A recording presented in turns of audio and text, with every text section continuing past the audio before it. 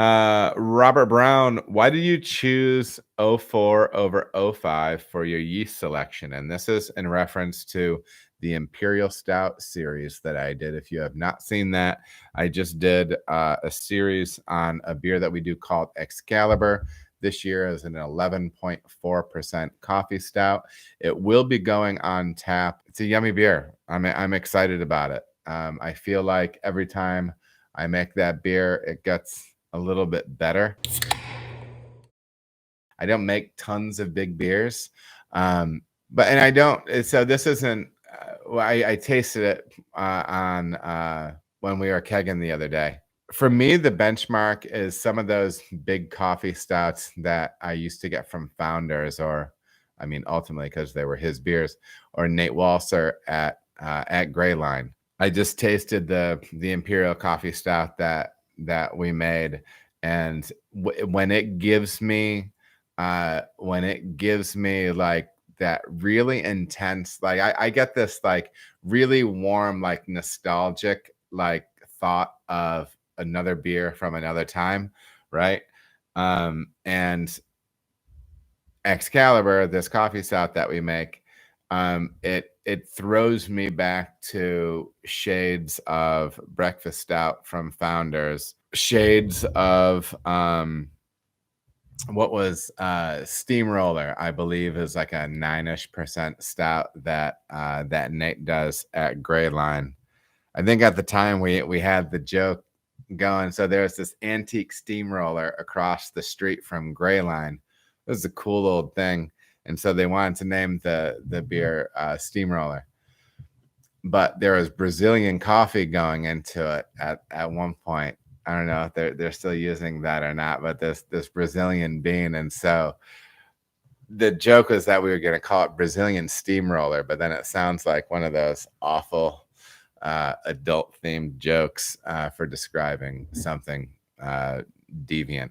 But yeah, Brazilian steamroller. But when I smell that big coffee stout that I made, it gives me, I don't know, there's like this connection back to those beers. So that's cool. But I'm not answering your question.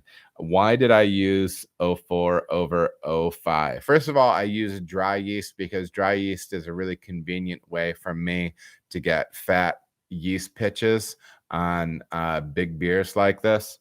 So yeah, I mean, that's one thing.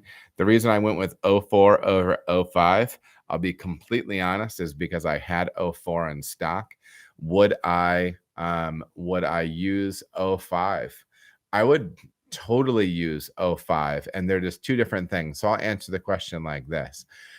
To me, when you're making big beers like that, using 04, you're going to get a fuller ester profile out of it than you would out of 05, even though I still think you're going to get some amplified esters out of 05, simply because you're making a big beer. Big beer lends itself to kicking out additional esters.